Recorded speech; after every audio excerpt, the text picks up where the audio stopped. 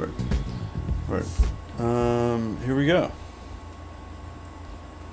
Welcome, Beau, to the podcast. Hey, everybody. What's up, dude? Like we haven't been talking for like the past 30 minutes. Yeah, for the past 30 minutes. Hopefully we didn't burn too much good shit. It is Tuesday, July 1st. Kenny is not here because his fat ass is probably asleep. So, just future Kenny, fuck you.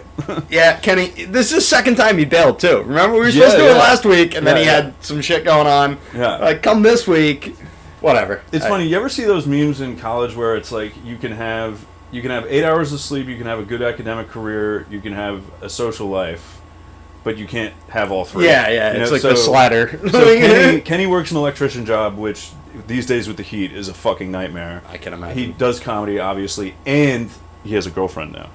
Oh. So, like, this is what's happening. And he's got a fucking kid, too. That's probably a big one. I don't have any. I've got a fat cat that... Yeah. So that plus his child, it's like he's clearly at capacity. Right yeah, now. no, I don't. So, I don't blame the guy at all. Honestly, dude, I'm a fucking unemployed clown person. Yeah, that's right. Full-time comedian right now. God, please, somebody give me a job. It's funny when people complain about the workload of comedy. It's like this is literally the easiest job. It's hard. It's hard emotionally, but in terms of time commitment, it's nothing. It's hard to balance it with like another job, especially if you do anything in like the service industry and shit. Right. Like a lot of these like comedians, like Alexis Cristaldi, she works she's a waitress, I believe, and that's tough because the time that you're making money is when all the shows are, when all the open mics are, you know. This is why Uber's been great for me, is because you can choose just do it, when you work. And like while it's tiring physically, you're not expending any like emotional or intellectual energy. You're not out digging ditches. Right, you know. Yeah. Anyway. But dude, you were just telling me about your father and uncle's falling out, which like we don't have to talk about it if you don't want to, but it is the most Boston story I've ever heard in my life. I'll do it. I'll talk about it in a nice way. We're gonna keep it short, but my dad and my uncle's awesome. I just went to the Red Sox with him on Saturday, killed the Blue Jays 15-1. Hell yeah! And but like 15 years ago plus, they had a falling out over those Red Sox tickets. And my uncle's like, I'd like to talk to him again. My dad's like, fuck him. So these are like hand-me-down inherited season tickets. This is like... They've had them for 20 plus years now. Like since I remember I remember growing up, my dad would take us to games. If anything's going to bust up a father-brother relationship in Boston, it is 20-year Red Sox season tickets. They're good seats, too. They're like 5 rows back from Pesky's pole.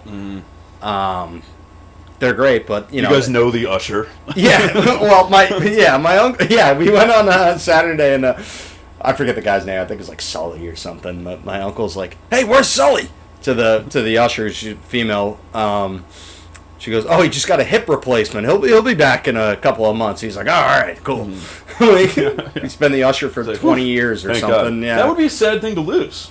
Yeah, I mean, people do be dying, but I've seen the guy before, and he's got to be in his 70s, 60s or 70s. Dude, there was some Republican congressperson, I'm trying not to get too political on this, but there was some Republican congressperson who was being asked about the Medicaid cuts that are going to be in this bill. Yeah, I know. She was like, yeah, people are going to die. She's like, they're like, people are going to die as a result of this, and she's like, look, everybody dies. To be fair, how baller of a response. To be fair, just go straight. She's got a point. She's got a point. I've been saying it for years. There's too many people.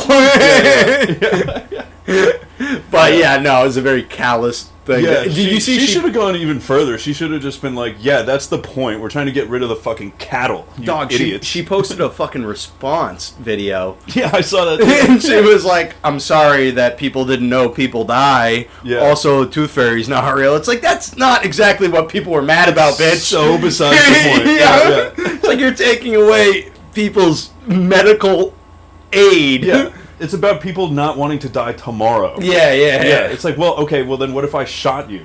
Yeah, I know, right? Like, would you take issue with that? Yeah. We're just hastening the inevitable, right? That was a wild. Oh man, people in politics, man, they. Yeah. Oh God, The corners that people get backed into, and it's funny because like, I don't know.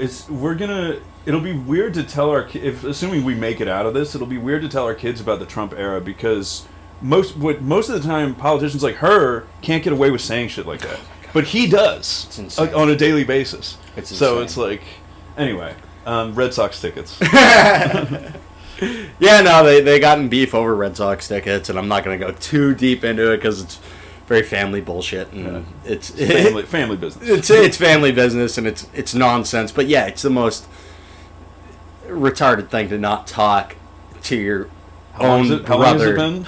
For 15 years over a Red Sox ticket, and he won't. Yeah.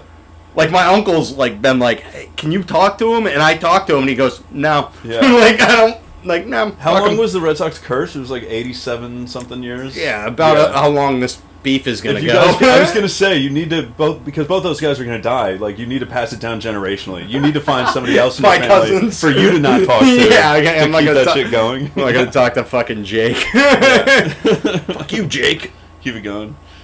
Yeah, I'm not happy that they've had this falling out, but it is fucking hilarious. I know. All things. Every time I tell somebody, they're like, "That's the most fucking Boston bullshit." By the way, we're not even from Boston. We're from Central Massachusetts. Like, but that is. I mean, you could argue that that's even more Boston than Boston. Truly. I mean, true. It's like the Karen Reed trial takes place in Canton, Massachusetts. Has anybody ever heard of Canton outside of Mass? No, but those people are more Boston than like people who live at fucking Fenway. By the way, guys, it's cool to run over cops now. Do it. Run over the police. Have you been following that? No, shit? I haven't at all. It seems like some lady nonsense. It is. I mean, true crime is. Yeah, it's very like have like a fucking monopoly on that shit. I don't care what a fucking cop from Canton died. Oh God. Well, yeah. I mean, the idea is that like if she did it, then it's just like an angry housewife. But if the PD did it, then it's like a coordinated cover up.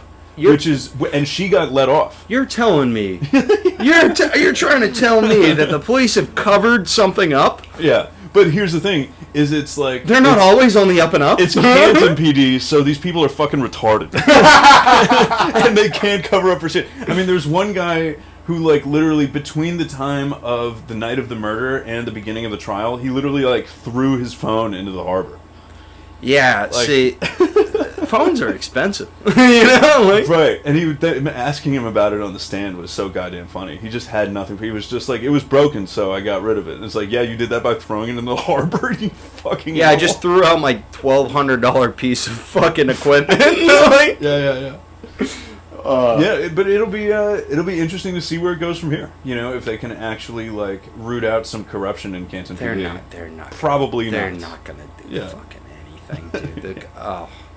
I mean, I've known cops. I know cops. I went to Fitchburg State. That is a very good like. It's got 3 things that are good. I didn't go for any of them, but it's nursing, teaching, and criminal justice. Right. So like everybody I knew, like every girl I knew was a nursing major. Every guy I knew was a criminal justice major. Yeah. And then there was like teachers throughout. I just went to get a degree, but. But let's put it this way: some of those guys I knew who became cops were some of the scummiest fuckers I knew. Oh yeah, dude! I worked a sales job during COVID. During COVID, I did door-to-door sales, which is the craziest thing in the world. I was basically just scamming old people, and like this guy that I worked with, I'm not going to say his name. If he ever listens to this, he'll know who he is. He's the absolute bro, and one of the biggest cokeheads I've ever met. Shortly after we both quit our sales job, he went to work he became a cop. Yeah. Like instantly. Yeah. I was like, yeah, these are the people. Yeah, true. It's the irony of the like defund the police thing. It's like we need to attract, if you want to attract better people to this job, you need to have it competitive financially. I swear to God, I'm bad.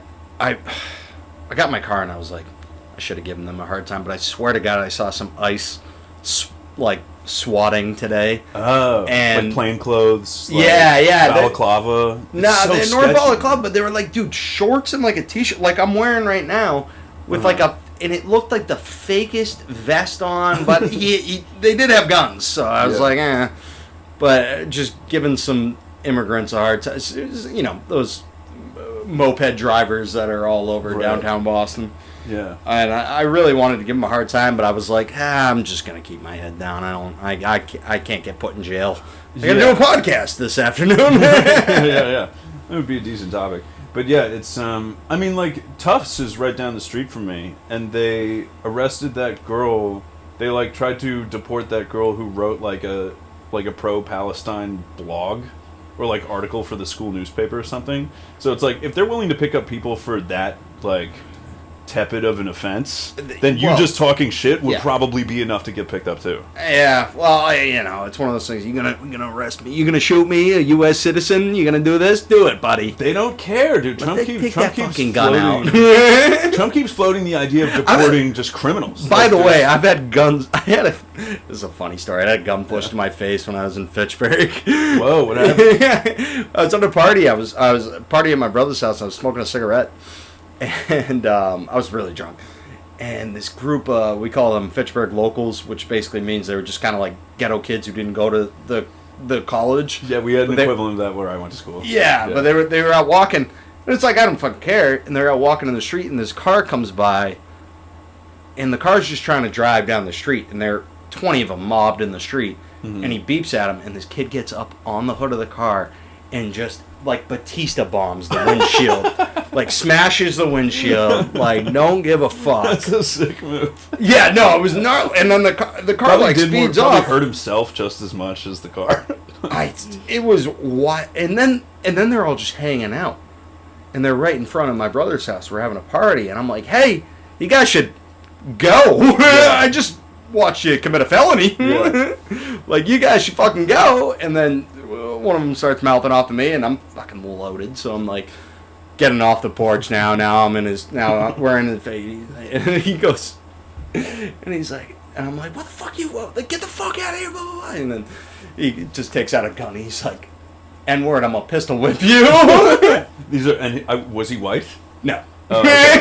That would be the only thing to complete that story. No. Yeah. This is Fitchburg. He was right. So I went to Union College in Schenectady in upstate New York, and we call the locals Doids. Doids, which is like people would say that's offensive, and it's like, well, how? Like, what exactly about it? I mean, Doids does sound demeaning, but yeah, it's not good, but it's not the N-word, right? You know? Yeah. What was that like? Dude, you must have. I mean, you were hammered, so. Oh, I told him fucking try it.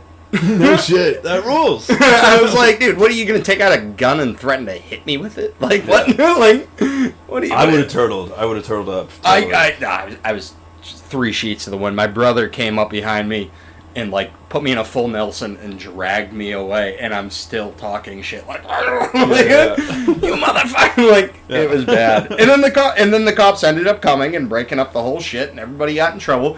Because those fucking assholes wanted to Batista bomb a fucking windshield. Yeah, they were definitely in the wrong.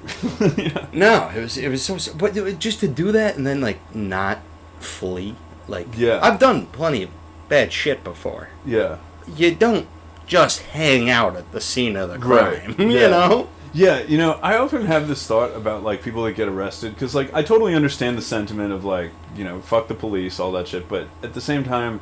I feel like mostly what people get arrested for isn't the crime, but just the stupidity that follows. Exactly. It's like if you can't see that, okay, now it's time to go, then yeah, you deserve to go to fucking prison.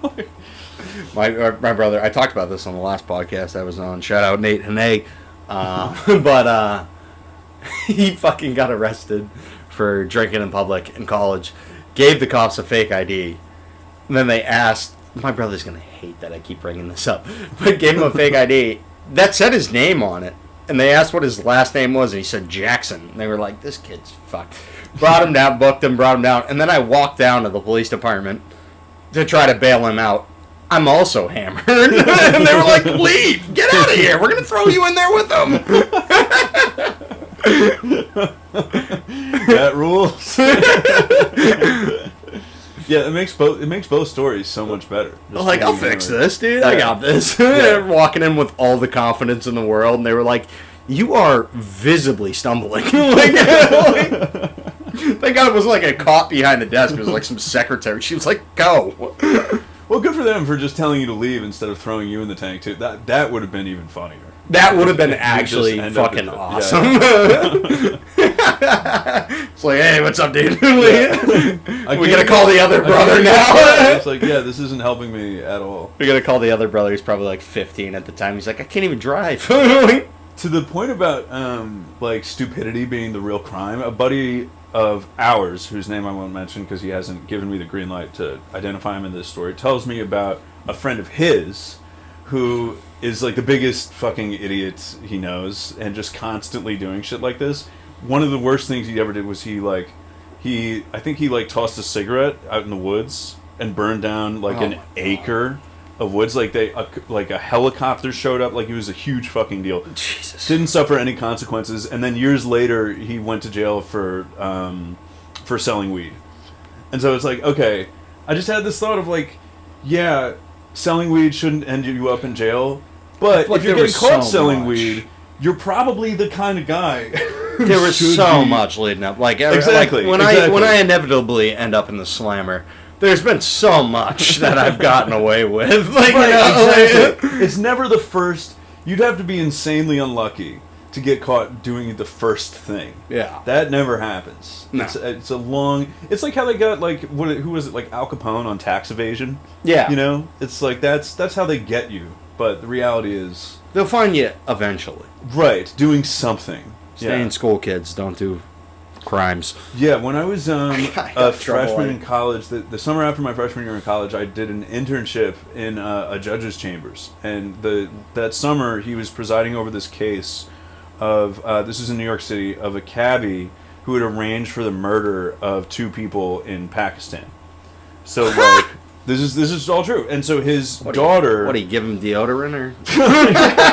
Yeah, it's a deodorant murder. They washed him with Old Spice? Old Spice? No. So he had 3 daughters who he gave away in arranged marriages. The first 2 daughters went quietly. The 3rd daughter wasn't having it, and so she, with the help of her boyfriend, like escaped Pakistan through Dubai and entered the United States. It's gotta be the hard way to go, dude. Through Dubai. Dubai's like really rich, and I don't think Pakistan. I think Dubai, as far as I know, because Dubai is rich, it has good relationships with the Western world. Oh, you're a female too. They're probably like, hey, yeah. come Well, on. it was how she could enter protective custody in the States. So she comes to the States, instantly enters protective custody, because this was such a major dishonor to the family. Her father, who was a cabbie in Brooklyn, ordered a hit on her boyfriend's brother and father. And these guys just got gunned down by AK-47s in the streets in Pakistan. And anyway, the reason I tell this story is that the father was on trial for like arranging the murders and a bunch of other shit, and also like credit card fraud. And so, like, the running joke throughout that summer was like, okay, we might not get him on the murder, but we've got him on the credit card fraud. Dude, these guys are never guilty of just one thing. No, nobody's fucking every single person I know is guilty of something. Yeah. Like, it is wild. Like when I think about like people our age running for political office at some point in the future, it's like we have such a massive digital paper trail of like even just these just everyday crimes that would just get you fucked. Yeah, and but it's even like who doesn't speed? Like, right? Would I be lying if I said I didn't do a $120? Yeah. Coming home from a late night set that I was just like, dude, I just want to fucking get home. Yeah. Like, is that the fastest you've ever gone on a regular road? My buddy Patrick Devaney. He'll love that I said his name in this. He did about $130 in his WRX. He was racing. We were in Worcester, and we were on the way back to Leominster, and he did about $130 racing a Mini Coupe Sport. Nice. And my buddy drives one of those. Those I love they're those cars. fucking fast. They're sick cars. And his WRX they're is weightless. fast. They're yeah, weightless. exactly. Yeah. It was So that was one of the scariest to me because I'm in the passenger, so I have no control over it. Yeah. But I've done like $120, $130 on a motorcycle before. On a motorcycle. Yeah. That's even crazier, dude. But you have the control, you know. You have the. Do you? I mean, at least if a car, you get into an accident at 130, you're probably grievously injured, but you might survive. A motorcycle, you're done, dude. Yeah, at $130, you're just painting the highway. But no, but you have the control. You know what I'm saying? Like I was in the passenger seat, so I was like gripping. But like I've done that fast, before. But I had. I mean, it's not scary doing $130 on a motorcycle, but when I was working in an internship in Rhode Island. This is another summer internship story, and so I was commuting from Boston to Rhode Island every day, which was a mistake. I should have just gotten an apartment there, but I had this like hour and 45-minute commute every day, and you get so fucking bored. And I was on these long stretches of highway with nothing. That's the fastest I hit a $130 once, like at like 7 in the morning. Yeah, for no reason, just out of boredom. And I remember that feeling of like, you feel the car. I was in a Toyota Corolla. This is like Toyota Corolla. It's not speedometer even goes up to $130. Exactly. It's just that you get to that point where you realize like you were going downhill. You definitely physically feel the engine be like, I'm not designed for this. Yeah. And you have that feeling of like, one little mistake and I'm completely fucked. Yeah. Yeah. I got a weird little complex in me. I was a competitive snowboarder for like 10 years. No shit. Yeah. I competed nationally. I did all sorts of crazy shit. Talk about that. But when you're going into a 60, 70 foot jump, and you're trying to do a 900 over it, you're cooking in it 50 miles per hour just on a plank of wood. Right, yeah. And then you're trying to throw this crazy trick that you're probably not. You ever hit a 900? Oh, yeah. That's fucking sick, dude. I never did a 10. I've done a handful of 900s. But you're. But to get enough air to have the time to do that, you have to be going so fast. Yeah, right? You got to be cooking. It's about a 60, 70 foot gap. So you're cooking in at like 50 miles per hour. Damn. And then you're also to learn these things. It's not like you just land it. No. It's not like you just try it and land it. Like you got to try and fail. What's and try your most serious injury you got in the pursuit of? A lot of concussions. A lot of concussions. I bet. Broken ribs. I broke so many ribs. Yeah. I say it as a joke, but it might be true that I've broken more ribs than I have ribs. But I remember I broke 4 ribs one time. Not even doing anything too crazy. I just took this jump, just cooked it a little too hard, and was just going a little too fast and really overshot it, and it was a very windy day, and I got like blown off my... It's a little bit like the going to jail for selling pot thing. It's like you get used to such bigger things that you don't take seriously this little thing. Exactly. And then you fuck yourself. Interesting. Yeah, I broke 4 fucking ribs. Damn, dude. I've never broken a bone. I don't even know what it feels like. I've never broken like arms, legs. I've fucked up my ankles and hand. I broke my thumbs. I broke both thumbs in a season of playing soccer. That's interesting. I would think that with a board, I guess it is the fact that the board keeps your feet stable in the same place. Does that protect your legs in a certain way? Yes, you're not as susceptible like skiers get a lot. Right, of, yeah. You just land like this and you're get tough. a lot more. Yeah. But no, I was doing some trick and I landed and like basically like where I landed, my like chest was facing up, but my legs were facing down. Mm-hmm. And then I'm sliding, and then it just like ripped my ankle out. Oh.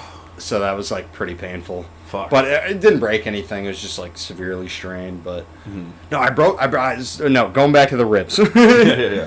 So I landed. I took one run off, rode the rest of the day. Mm-hmm. Next day I was out at my buddy's playing pond hockey. And all your stories are so Boston. Yeah, we were playing pond hockey at my buddy's house, and I just went off to the side and just started coughing up blood. And I was like, oh, that can't be good. Yeah. So I went to the hospital, and they were like, yeah, you got 3 broken ribs on your right side, 1 on the left. Oh, my And your God. lungs are severely bruised. That's where the blood was coming from. And I was like, oh, all right, that's it? And they were like, what do you mean that's it? I'm like, yeah, well, fucking, there's nothing you can do about it. Like, Yeah. What do they do? no, you don't do it. You just chill. Yeah. It's not like you can put your ribs in a cast. No, you just chill, yeah. Yeah. Just don't do anything for a week, I guess. I probably went out snowboarding the next weekend. I was gonna ask, did you ever get the yips from something like that? Like not be able to I got a really bad concussion when I was in the 8th grade. Really bad. I was learning how to do 540s. So you're like a different guy now? Nah, I mean I've got a lot of concussions, man. Yeah. But no, I was learning how to do 540s, and I'd just been trying all day. It's getting late, and I'm getting tired, and I just came around and came up a little bit short on the jump and the rotation, so just back of my snowboard straight into the ground, head straight back to the ice, shattered my helmet. Whoa. Yeah, like exploded my helmet, knocked out. Well, thank God you were wearing a helmet. Yeah. You'd have been dead. Probably. Yeah, no, straight up. Yeah, always wear a helmet, kids. Holy shit. If you're gonna do anything cool, That's always bothered me. People being like, I'd rather die than wear a helmet. It's like, it's such a wear a bad. fucking helmet. I'm gonna- Like Tony Hawk wears a fucking I'm helmet. gonna go out. Yeah, because Tony Hawk's fucking one of the only guys in extreme sports that like has his faculties still. Yeah. Yeah. I see him interviewed from time to time. He's like, Oh, he's the best. dude. Insightful, I just interesting watched guy. a Birdhouse documentary or whatever. Anyways, he's the man. What a positive force. yeah, In the world. he was You know so what I cool mean? too. He's like, dude, I didn't drink, I didn't smoke, dude. I was just like stoked on skateboarding. Yeah. It's like, I did the first 900 assholes. like, I'm sure you've noticed this. Like as we get older, you realize like how rare it is for somebody to go. Like it's Jeter is an idol of mine for that reason. It's like to go an entire career without any of that. You know what I mean? Like messy divorces, drugs, all that shit. Like Tony Hawk was It's- making money and living in a mansion before he graduated high school. Yeah. He was making so much money from skateboarding. And he's still, imagine going through from 16 years old, having money and fame, and keeping it together that whole time.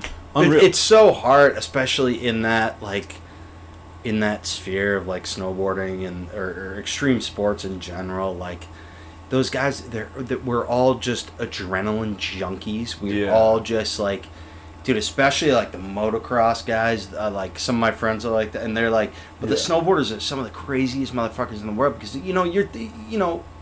earlier today I just did a fucking double cork 1080 off of a 60-foot jump. Like drinking isn't gonna scare me. Smoking ain't gonna scare me. Right. Like yeah. it's kind of that mentality that they It's gotta be a tough, must be, I mean, you ever see The Hurt Locker?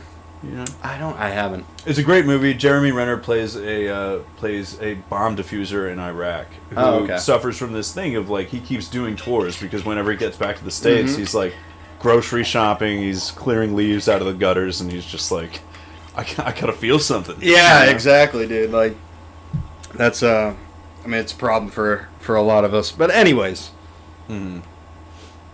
What were we talking about? Would you say that that's like... Oh, the concussion was real bad, The main, dude. like, characteristic of those people. What else did you notice about those extreme sport people? Well, let me talk about the concussion again. So I knocked myself clean out. My friends came down, took my snowboard off. I woke up and just started running down the mountain. Whoa. Like, no agency whatsoever. No. You're just... Yeah. No, like ran down. I was right at the bottom. Like the jump. It was like the last jump. It was very close to the bottom. I just like ran down to the bottom and got. They put me in a sled and then they took me in an ambulance to Boston Medical, one of the hospitals. The running is kind of funny. It's like Yeah, Ricky no, Bobby when he takes off all his clothes. Literally, yeah. It was like that. Like my friends tell me about it because I fucking didn't know. And then they took me in. Oh man, I remember they cut off my fucking clothes. Yeah. It was a pretty gnarly one. And then I remember I was sitting in the. They didn't have a room for me because, of course, we have the best healthcare in Boston, and they can't even give me a fucking room. Yeah. And I'm sitting in the hallway, and I just start getting a headache of my life, and I can feel it coming on. I'm like, hey, nurse. It's like, look, Beau, everybody dies, man. Yeah, everybody dies, dude. But, so I asked the nurse, and she gave me something like Tylenol, and I'm like, hey, this is getting really bad. She's like, oh, we'll give you some fucking morphine. And I was like, what? And then next thing I knew, they put the morphine in my arm, and I remember it was so cold, I could feel it cold running up my arm. And then by the I thought time it was supposed to feel warm.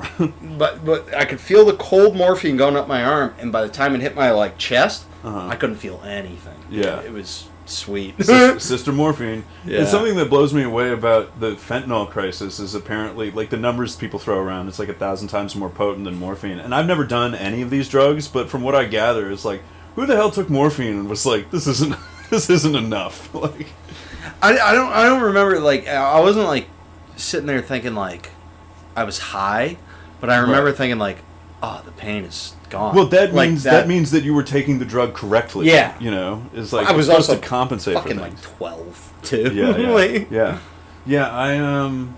I was during COVID. I was walking my mom's dog every day to this dog park, and I met this woman who, it was like our only during COVID. It was like our only social outlet. Is like standing socially distanced in this fucking dog park because we couldn't see anybody else, and so I got to know these people really well. So you were a good COVID boy. Well, I had to be. I mean, in Cambridge, like, one day I forgot to wear my mask to the dog park, and I got these death stares. I was like, this isn't even worth it. Like, I gotta follow the rules. But anyway, the reason I bring this up is that one morning we were having, the opioid epidemic conversation, and I was just bemoaning fentanyl, and this woman told me the story about how she was a rock climber, and she fell 50 feet. 50-foot fall, and her doctors told her, like, you should not have survived this. It's miraculous that we've managed to pull this off. Not tooting our own horn, but just like, this doesn't make any sense. Yeah.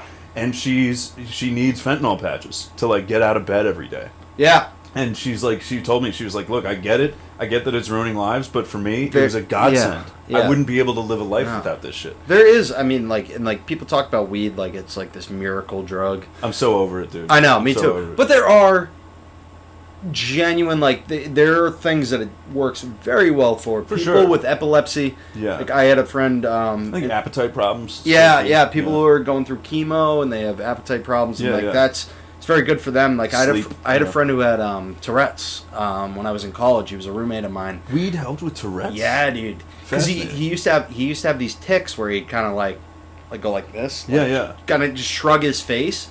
Oh, I've seen the South Park episode. Yeah, he wasn't like screaming, you know. But he had these tics, and when he was high, they wouldn't happen. Like, so interesting. Yeah. Yeah, weed's a fascinating one, man. Weed is like simultaneously the softest and hardest drug. There's good in everything. Oh, for sure. Yeah, everything has its place. Except angel dust. I've never heard. I've never heard of anybody making an argument for PCP. I don't. PC. At That's least such meth. an old At least drug. meth helps soldiers. You know. I You ever look into like the Nazi soldiers? Yeah. No, but we give our fighter pilots what is it called? Pro-Vigil, which is like this. It's like Hillary Clinton's on it. I dated a girl for a while, like this, like it was exorbitantly wealthy girl. Both of her parents were like in their 80s, but still highly functional. They were on it, and it's like what they put Biden on. I'm sure Biden was on as much as they could give him without his heart giving out. It's Pro-Vigil is like it's like Adderall for grown-ups. It doesn't have the up and down like euphoric thing that Adderall does. It's just like sort of clean energy for 18 hours a day. Buddy, I should be on Adderall. I think that it's. I'm so just great. Yeah. Dude, I can't sleep at night. Two. Yeah, we were talking about this spam before calls. we hit record. Beau is at the center of the vortex of the spam call epidemic. Yeah, India's got my number, dude. I just we love our Indian fans. We love our Indian listeners, but you guys, you gotta get. Tell your cousins to leave me the fuck alone, dude. Knock it off. Knock it off, Knock dude. it off with the spam calls, dude. It's crazy, dude. We were saying though. Yeah, there was a bunch of things I wanted to ask you. It's extreme sports athletes, crazy. I mean, getting to the highest levels of that world you must have met some real characters, man.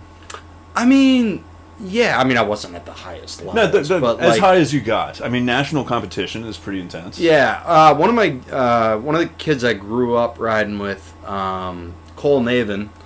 Shout out Cole Navin. He'll never hear this. But he's a pro for Vans, and I think Capita. I don't know. He's like a pro. Like pro.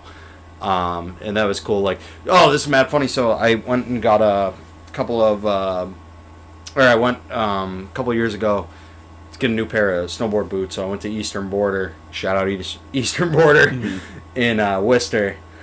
And I was just looking I wanted the Vans Pro model. Like, I was looking up, it sounded like a boot that I'd really like, and I went to go try them on.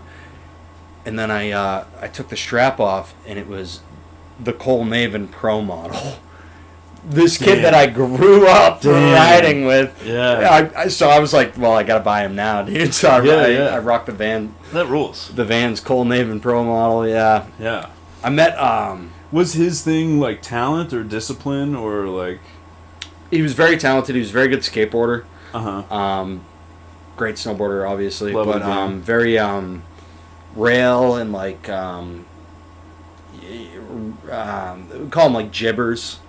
I don't know if what's a jibber. A jibber is. I know nothing about this. Yeah, I know. Yeah. Jibber is like a person who's like rails, street snowboarding, that like very. Very technical. So like in SSX Tricky, with the show off. Nah, more of like it's very akin to like skateboarding.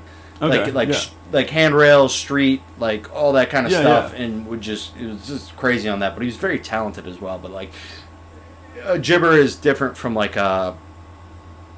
somebody who does slope styles. So slope style is like jumps and rails. So right. So it's more like a skate park. Yeah, kind of. Yeah. I've seen I skied growing up, so I've seen these places. I believe he got a bronze medal, silver medal in the X Games. Damn. They a few years ago they put in a video part. So it was basically they all produced this video part. It's like 2 minutes. And all these people, and then the viewers vote on it, and I think he got a silver, bronze. You can look it up. Cole Navin. Good for him. That's such a fun way to win, like as opposed to like judges, which people can always cast doubt, but like democratize it. Like, yeah. And it's but he did shit all over like Worcester and stuff. Like it's a really cool part. Like if you like snowboarding, look it up. Very cool part. He's got, dude, I saw him coffin slide a fucking, like, giant handrail, and I've never seen anybody do that, ever. Damn. And you don't know what that means. I have no idea what it means, but I trust you when you say it's a big deal. A coffin slide is essentially where you lay down on your back and slide on your back. This is why Jamie, pull that up. Jamie, pull it up. Yeah, this is why we had this coffin slide. So essentially, you just like like coffin, like coffin, in a coffin. Yeah, not like coughing. Yeah, I don't fucking know. Coffin slide. So essentially, you just like lay down on your back. Yeah, coffin slide makes a lot more sense. Yeah. Pull up. Yes, Zeb Powell, dude. Shout out Zeb Powell, dude. This guy's fucking sick.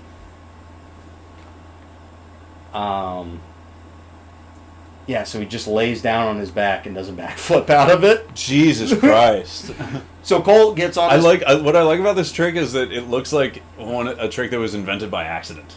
Like somebody fucked up and then landed and was like, you know what if I did that on purpose? Yeah. So he gets on like a handrail, what a handrail is. Like like a big long handrail. I use handrails almost every day. Yeah. Gets in a board slide and then just on this thin handrail, lays down on his back, coffin slides out the end of it, and gets back on his feet. So like his spine. Yeah. Oh yeah. Jesus Christ. I've never seen anybody coffin slide like a handrail like that. It is unbelievable. Man. He did a lot of he got a lot of crazy parts. Shout out also Scott Stevens. Just met him at the Boston Red Bull Heavy Metal. Mm-hmm. They did a competition. Oh, I think I heard about this. Yeah, it was right downtown at the courthouse or the city hall. Right. Yeah. And it was just like a street snowboard competition, and brought thousands and thousands of people, dude. Yeah, I heard about this. And I met Scott Stevens. He was one of the judges, and he's like an OG legend gibber, you know. Yeah. But I've been watching his videos since I was like fucking 12, and he's from Springfield, Massachusetts. Nice. Yeah. Is Boston and the surrounding areas, like, do we produce a lot of snowboarders? Yeah, because I'm sure like Colorado and whatnot. Yeah, but you know, it's some grit that comes out of here, because you know our mountains aren't right. Like, so if you're good from Boston, you're in for the love of the game. Yeah, you're going up to Vermont most likely and doing a lot of shit up there. Mm-hmm. Where are your favorite places to go? So in the East Coast, I go up to Mount Snow is the fucking best. Mm-hmm. Fuck Vail. Vail bought them. Vail can suck a dick, but Mount Snow has been, like, that's the spot, dude. They have one entire peak that's entirely a park. Yeah. Like 7-10 trails that are all just a park. Damn. On one peak of the mountain, the small peak. And so love Mount Snow. I gotta check that out. I like I go up to Sunapee, Crotchet Mountain. I've been to Sunapee, yeah. Sunapee like a nice little dude. You never wait in a line at Sunapee, like even on like a weekend. Like my dad, I might cut this out because this is a bit personal, but my dad had a ski in, ski out at Big Sky. Oh, nice, Montana. Yeah, it's really dope, and he sold it because property insurance went up like 1,000% in the past couple of years because of wildfire risk. Oh, really? So like the insurance companies are like, basically get the fuck out of there.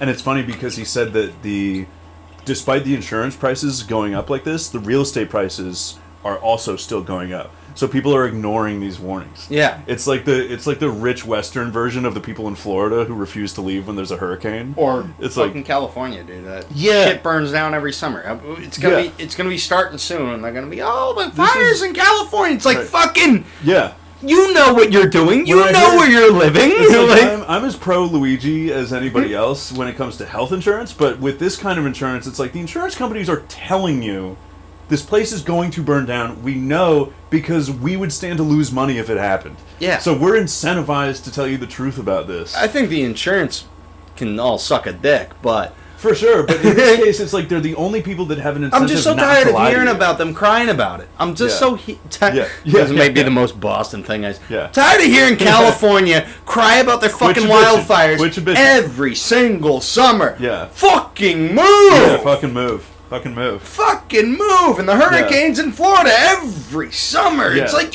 what do you... Yeah. This has been happening for fucking 25 years of my life. 25 years of my life. For the rest of our lives, it's only going to get worse. I used to work at a liquor store in Leominster, Massachusetts. Leominster. Fitchburg. Actually, Leominster and Fitchburg. And these fucking clowns would come in. You know, just townies. Just townies. Yeah, yeah. And in the winter, it's so fucking cold out there, kid. It's so fucking... I go... Where do you live, dude? You're... 20 years my elder. Yeah. Has it ever not been cold in the winter in Massachusetts? Fucking move. Yeah. Stop complaining about it. And then in the summer, it's so fucking hot out there, kid. It's like, that's... I get it as like a small talk thing, like you're just trying to break the ice with somebody, but people that actually get bent out of shape over it are out of their fucking minds. It's wild to me. I just, like... It's always going to be this way. Yeah. Yeah, it's never not been like this. To like even...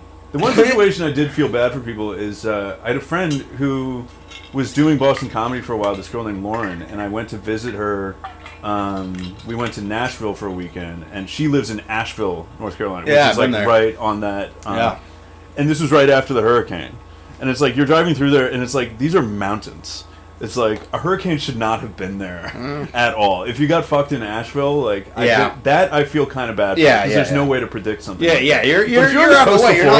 You're not I have no sympathy. You're not sitting pretty there, like, There is there is part of it though where like as dumb as these people are, it is also I love how American it is to just like the government like Chris Christie when during Hurricane Sandy like Don't being get me started on that fat fuck. but just being on this boat and like using a megaphone just being like get off the fucking beach and people are like fuck you. It's the most American shit possible. It kind of rules, you know. Oh, one of my favorite things was when we were at that Rebel heavy metal competition. The DJ goes, please take your hats off for the playing of the national anthem. And then, like, a good, 30 seconds to, 2 minutes went by and it didn't play. And the thousands of Bostonians just started singing it. That's kind of And we just sung it. We're like, we want to watch a 15-year-old break his neck on this rail. Let's get over this. Let's do this fucking national anthem and get on with the thing. That's kind of beautiful. I like that. And then, because it had to be one person. It was impatient. We were just impatient. We were fuck it. And then it was actually very funny. They started yelling at Mayor Wu, take it off, take it off. But it wasn't anything salacious. It was because she didn't take off her beanie. Oh, okay. She was wearing a beanie and didn't take it off. We were all taking off our hat. It was like that's most hilarious. it was that's hilarious. So wrong, but right. We weren't being misogynist. We were being patriotic. Yeah. It was wild, dude. Yeah. And then some girl got really fucked up. It tends to happen. Yeah, it was bad. She got caught in the winch. What? The winch is it's like an engine that pulls a rope. So it was pulling them into this to get them the speed to hit this jump type situation. Drops the rope. Rope gets caught in her legs. Oh my god! She goes off and gets yanked back and then Dude, just goes straight to her face. That's like cowboy torture. You know, they used to drag people along behind she was in air and then got just her feet taken out from under her, so it just came right down to her face. It was very fucking gnarly. Obviously, not happy this happened. It must have been hilarious. No, it wasn't. It was not. It was not. It was very It sounds so cartoonish, just the 90-degree. It was like, all right. Oh, that person might have died. Oh, okay. Yeah, that's a bad. I know she survived. No, but that takes the fun out of anything. That moment where I don't know how serious this is. If you're a snowboarder and you're there and you're watching this, you know that you see, there's funny falls, right? And there's not funny falls. I would. You probably have a way better sense of this than I do. I watched a kid break both his legs one time. Oh no. My god! Was that a funny one or was that instantly? No, I heard his legs break. Oh, he hit this jump. That'd be the worst sound. Oh my god, he hit this jump. We got him to we call it guinea pigging. What is guinea pigging? Guinea pig is if nobody's hit the jump yet. Mm-hmm. Oh. Somebody's got to be the guinea pig. That's exactly what it sounds like. Yeah. Somebody's got to be the guinea pig to. So, I mean, we were young at the time, and it was we kind of got this kid who maybe probably shouldn't have been hitting that jump, but we needed to, because you got to figure out what the speed is for it. You know. Right. Yeah. You know. Yeah. And there's only one way to find out. And this jump was very poorly built and probably shouldn't have been up. Yeah. And this kid goes up, and dude probably falls 2-3 stories out of the air straight to flat. Oh. And I heard both his legs break. From 50 yards away, you could hear his legs break. And then just screaming, and we're like, fuck. You ever see, I think it was before the Elsa movie came out, but there was a movie called Frozen about a bunch of, people get stuck on a ski lift. And they have to jump off. Yeah. And just instantly the knees just go through. Yeah, that's, yeah, dude, so much gnarly shit, dude. I've displaced my spine twice doing this. Ugh, that sounds really bad. It's painful. It's not. It's not the worst thing. You seem pretty intact. You seem like a pretty fit, Thank you. Considering what you're describing, you're not in a fucking wheelchair. I mean, no. I'm sure I'm gonna turn 30 and everything's just start drooling. Yeah, everything's gonna fall apart. Yeah. There's a lot of it was mostly concussions. Displaced my spine a couple times, which is not the worst thing in the world. A lot of broken ribs, but the concussions is the real. Did you ever know anybody died? not snowboard. There was a kid. I mean, I don't mean to bring this down. I was No, hoping no, it was no. a stranger you saw at the distance. No, As opposed to no. somebody you knew. I've never seen anybody die snowboarding. There was a kid. They do a benefit for him every year at Wachusett Mountain. His name is River, and he got like paralyzed. Like, Damn. yeah. That's one of those where it's like, you say you'd rather die than be paralyzed for the rest of your life, but then you ask somebody who's paralyzed, and most of the time they're like, oh, I don't want to die. Yeah. Yeah. It's like how people say, like, they pull the plug when I hit 80, and it's like you ask an 80-year-old, and they're like, don't pull the plug. Like, Yeah. Every day they wake up, they're like, I did another one! Right, exactly, yeah. My uncle Arthur, he's my great uncle, and he passed away last year, and he was like 94. R.I.P. And that Uncle dude, Arthur. yeah, Uncle Arthur was the shit. Yeah. He was so fucking funny, and He didn't sell the Sox tickets. No, he was the other side of the family, but he every time he'd shake your hand, it was like a python grip, and he's like this little tiny 90-year-old person. And then Auntie Irene, I hope she's doing well, his wife. I don't know what she's up to now, but it was just so funny. Like, he's 94 and just had a ton of life in him. Well, I learned recently that, like, old man strength is a real thing. Like, there's two kinds of muscle fibers. There's the muscle fibers that come and go depending on how good of shape you're in, and then there's muscle fibers that only get stronger as you get older. Yeah. So, like, the old man strength, even if somebody didn't ever, like, work with their hands or anything, it is a real thing. Uncle Arthur was so fucking funny, dude.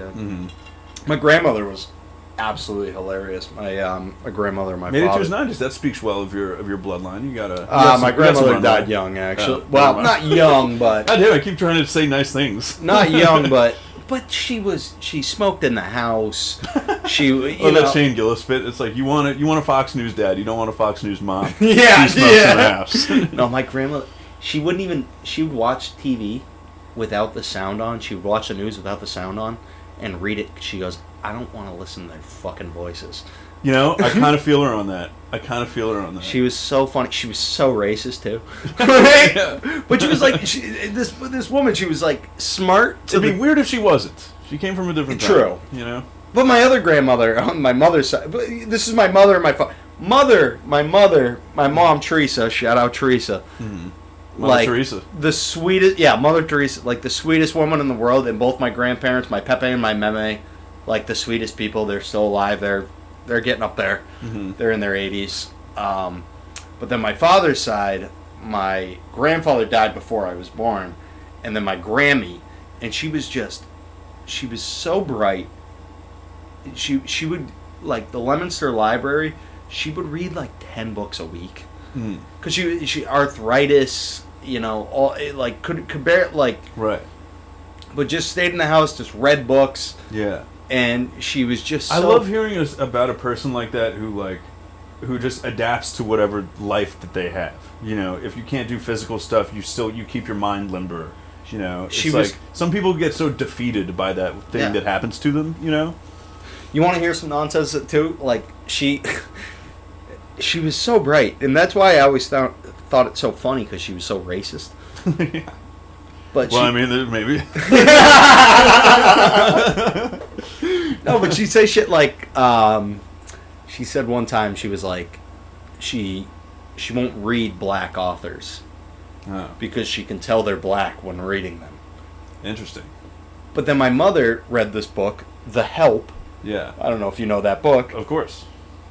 And my mother was like, hey, you really need to read this. And my grandmother had to convince herself that it wasn't a black person who wrote the book for her to read it. And she read it. I don't know if you know that book. It's all about a slave. It's all about like the blackest book ever. Yeah. Like, how do you do that mental gymnastics? Yeah. Yeah. Short of 50 Cent's 51 Laws of Power. That's about as black a book as you can get. It was just like, but she was really smart and very funny. She's so mean to her kids too. I think that's actually, I mean, not to be overly serious, but that's like, it's an important thing to keep in mind, is like, these things, people can be really smart and also have these retarded belief systems. It's like, that can exist within the same person. It's like, I think it's a problem people. I mean, it's a problem today. It's always been a problem. You think that because It will never not be a problem. It'll never not be a problem. It's like you see somebody believing something stupid, and you just write them off entirely as a person. It's like they could be a nuclear physicist and just hate Mexicans. Yeah, it happens sometimes. Yeah, she was fucking funny as hell. Yeah, she died, and then my dad and my brother wouldn't even talk to each other at the funeral. Damn. Yeah. Because my dad's an asshole. Well, it's Red Sox tickets, man. This is real shit. Yeah, I know. You really ought to watch Fever Pitch. It's like, I mean, it's a silly rom-com it doesn't have any like generational beefs in it or anything like that. But the dynamic of them dividing up the season tickets and just that, I don't know. Red Sox culture is like. I grew up in New York City. I'm a Yankee fan. I'll always be a Yankee fan. Boo. But yeah, sure. Yeah, I mean, yeah, I would hate winners too if I was you. But the Red Sox culture, like. How do you feel about the Knicks? The Knicks? I've always been more of a baseball fan than anything else, and so I've never really cared that much. But the Knicks are so confusing to me. I don't understand because growing up in Brooklyn, Kenny makes fun of me because I always fucking talk about it. But like. Growing up in Brooklyn, basketball was everybody's favorite sport. People are playing pickup games of basketball on every fucking corner, so it's like, how is it that a city with all the money in the world and all the love of basketball in the world can't produce a good fucking basketball team? It's the most bizarre thing to me. Maybe it's the pressure, it just gets to these guys, but the Yankees fucking deal with it. Yeah, well, they got all the money in the world, too. But so do the Knicks. True. What's the problem? I grew up in a very Hispanic town, and I played soccer, and man, soccer culture is like, oh yeah, dude, they're like, living in Colombia. This is the other thing Kenny makes fun of me for, is bringing this up all the time. But yeah, soccer. It was as if it was the only. It was as if it was the only sport. It's the only sport, dude. Yeah, yeah. Like I grew up playing soccer, and I was a gringo, and I played goalie. Yeah. And my brother, shout out, my brother played Nolan. Was captain at Fitchburg State. Mm-hmm.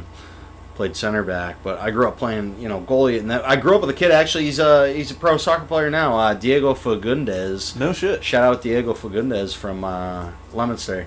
Cool. And he went and played for the Revolution. Yeah. And then I think he's on the LA Galaxy now. Dude, my neighbor from Brooklyn, my old neighbor, is the general manager for the Galaxy. Really? Yeah. He knows Diego. I bet. This is a funny degree. Who would have thought us two we'd be connected by fucking soccer? I mean, it's funny you mentioned the goalie thing though, because it's like I have ADD as well. You were talking about having ADD, and like I think it manifests in the kind of positions that one chooses to play. Like I could be a pitcher and I could be a goalie, because like a pitcher is involved in every single play. And a goalie, it's like the pressure is so high. You're not, but when you are, you can't help but be hyper focused because the stakes are so high. Yeah. So it's like, but to be just somebody running up and down the field, I would get lost. I just couldn't really run like that, honestly. There's also laziness. But I played lacrosse in high school and college, and I was like. Ran like a motherfucker doing that. Yeah. But dude, you look like you have a good build for lacrosse. I feel like you could run some motherfuckers over. Yeah. Yeah. Do you think lacrosse will ever become like a more mainstream sport? I feel like the barrier to entry is that's the problem, right? I don't think you need too much money. To entry. Oh, really? I don't think it's because hockey's huge. That's true. And that's way more. That's way more expensive. Pond hockey though. Yeah, dude. I played with I had a pair of skates and a Sherwood wooden stick that I play with. It's literally cost me like $20. But no, like hockey's huge, and that's twice, 3 times, 4 times more expensive. I got into lacrosse with hand-me-downs, and I wonder why. It's a great game. It's got physical contact, which is all Americans need. It doesn't play well on television. That's the problem. I've noticed that. Whenever I see a pro game on TV, I'm like, what is happening? Where's the ball? If you don't understand... Exactly. If you don't understand the game, you can't follow it. Yeah. There's something about being able to run behind the goal, too, that like is aesthetically not pleasing. Hockey's like that, I suppose that's true, yeah. I'm talking myself in circles here. It's a very... it's... It used to be such a violent sport. It still is. Yeah. But man, back Doesn't it have like Native American origins? Yeah, well, yeah. If you want to go down that road, like it is a Native American game, and they used to do It was basically if you lose, you get scalped. no. Well, it was basically tribes would they decide, are we going to go to war about this, or are we going to play lacrosse about it? That's so fucking sick. And it was the fields God, were. I hope that's true. No, it is. It sounds like an urban legend. No, I mean, fucking check me on this, but yeah. But there were miles apart. Like the fields were miles long, and it was basically like kill the carrier. So like you have the ball, and everybody else is defending. Beating the other guys off of you, and then it got miles long is so sick. It was miles long and miles wide, so it was literally like a war game. Yeah. And then they capture the flag. The French ended up banning it because oh my God, yeah, it held deep social, ceremonial, and even diplomatic significance, serving as a structured and symbolic way to resolve conflicts without resorting to full-scale warfare. No fucking shit, yeah, man. I'm not bullshitting you, dude. Yeah, that's awesome. I wrote a paper on this at one point in high school, probably. Yeah. But the French ended up banning it because the Native Americans were getting their hands on lead weights, and they were putting lead weights in their fucking frogs, sticks man. To crack skulls. Man. And they beat. Dude, look up fucking the War on the Floor. This is the Canadian lacrosse. They call it box lacrosse. It's Canada's national sport. War on the Floor, yeah, the first one. And these guys. Oh no. Oh, the preview. The YouTube, yeah. And these guys beat the shit out of each other. Like, it is... it's a video like this that makes me question why this sport never became mainstream in America. It's like, these guys are beating the ever-loving shit out of each other. Americans would love this. They kill each other, dude. Yeah. It's unbelievable. I remember... They need to legalize fistfights. Okay, what would you change about lacrosse, other than making it playable on TV, what would you change about lacrosse to make it go mainstream? You gotta legalize fistfights. Well, yeah. I think the main problem is there's too many versions of the sport.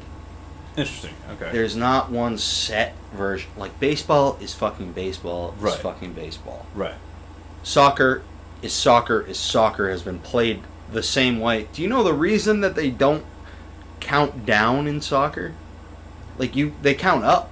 So it's because they didn't have clocks when the shit was invented. Hilarious. Is that what the extra time thing is too? Yeah. So they don't, because they can't. They couldn't pause time. They couldn't. It makes whatever. sense that that annoying ass system would have an archaic. Because they didn't have clocks when the sport was invented. Like, what a cool thing. Yeah. Yeah, and like, I think there's too many versions of lacrosse, and it needs to be. We need to decide what the sport of lacrosse is, because women's lacrosse is very different from men's lacrosse. Mm-hmm. It's a totally different game. Yeah. Men's lacrosse, there's different there's different versions for high school, college, and then the pros have their own version, and then you have, like, Canadian version is totally different. There's too many. We need to come to a singularity of what is lacrosse. Standardize, what are the rules? Make it viewable on TV, and legalize that shit. Yeah, they fight each other. Yeah, yeah. They beat the shit out of it. Well, so I used to play this in like some version of this, and I would bring some of my buddies, and they're like, "I gotta work tomorrow, dude. I can't," because cross-checking's legal. Yeah. At any time, you can cross-check somebody. Moving picks are legal. Yeah. Which is like, you can get cleaned out. If you're just trying to play defense on somebody, that's a clothesline. Yeah. It's funny. It's like how when people are honest about, Rogan has brought jiu-jitsu into the mainstream in such I'm sure it's positive for the most part, but it's at a certain point it gets kind of annoying because everybody's fucking doing it. But like, people will talk about how great it is for you, and then every so often somebody will quit and be like, to be honest, like, nothing has been better for my body than quitting jiu-jitsu. Turns out getting the shit beaten out of me every day. Yeah. Same thing with fucking CrossFit. They're it's like, oh yeah, your chance for injury is going up like 20 times if you just lifted a weight properly. Yeah, exactly. Go to the gym, lift a fucking barbell. It's not supposed to be fun. It's supposed to keep you alive. Like, enough. Also, it's not a fucking competition, right, guys? Like, it is. Like, you're lift whatever, but you're yourself. Like, you're competing with yourself. You're running around. You're doing these fake pull-ups. You're doing fucking like, you know. It's like, I get it. Whatever. Fuck them. Well, dude, we're at an hour. Hell Thanks yeah. so much for doing this, man. This Oh, was really yeah, fun. dude. Thank you for having me. My pleasure. Kenny, once again, fuck yourself. Yeah. Yes. Do you have anything? I mean, Beau runs along with Mark Harvard the Moxie open mic on Moxie Mondays. open It is mic, yeah. by far and away the nicest place to go do comedy in the Boston scene. I've So much so that I'm afraid we're going to lose this any day now. Everybody says it, and I say all the time, I think it might be the nicest open mic in the Dude, world. it's one of the I nicest bars, bar none. Yeah. No pun intended. Like in the city, like don't- that view is unbeatable. Yeah, I did a good job weaseling us in there. That's you, dude.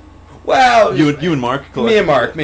I Great mean, work, man. Mark's the head honcho. Mm-hmm. I say I'm the assistant coach, but I worked for that company for. Okay. So I used to sell beer to them Right. for 2.5 years. Then I went and worked for that company.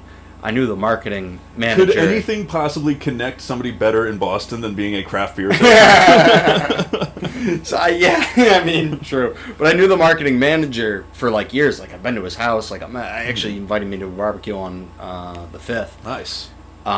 He's a homie, and you know, when I started getting into comedy and telling him about it, and he goes, "Oh, this guy Mark, you know, he hit me up about comedy, blah blah blah." We should have had both of you guys on. Oh, that would have been fun. Yeah. But I literally was like, Mark, you couldn't ask for a better guy. Mark's the best. Yeah. I had Mark rules. I had met Shout out Mark. Mark. I had met Mark one time at this point. Well, that's what you're supposed to. Don't get. I mean, if Donald Trump is evidence of anything, it's like don't let the truth get in the way of a good exactly. sales pitch. Come on, like. So, But anyway, yeah. If you're listening to this and you're doing Boston comedy and you haven't been, come to the Moxie on Mondays. It fucking rules. Do you have anything else you wanted to promote? nah, man, I'm all over the place. You'll see me at Word. open mics. You'll see me out there. I got shows. My Instagram, I got to change the name, but it's 13EAUB. Yeah. You know why? Because it used to be Boner, BEAUNER. I mean, that would have been good for comedy. Yes, but I was coaching youth lacrosse at the time, and the kids were finding me on Instagram. They're like, "You're Boner," and I'm Yeah, like, yeah. "Fucking, I gotta change this shit. Yeah. I gotta make this shit hard to find." All right. Well, thank you for listening, guys. Hell yeah. Bye.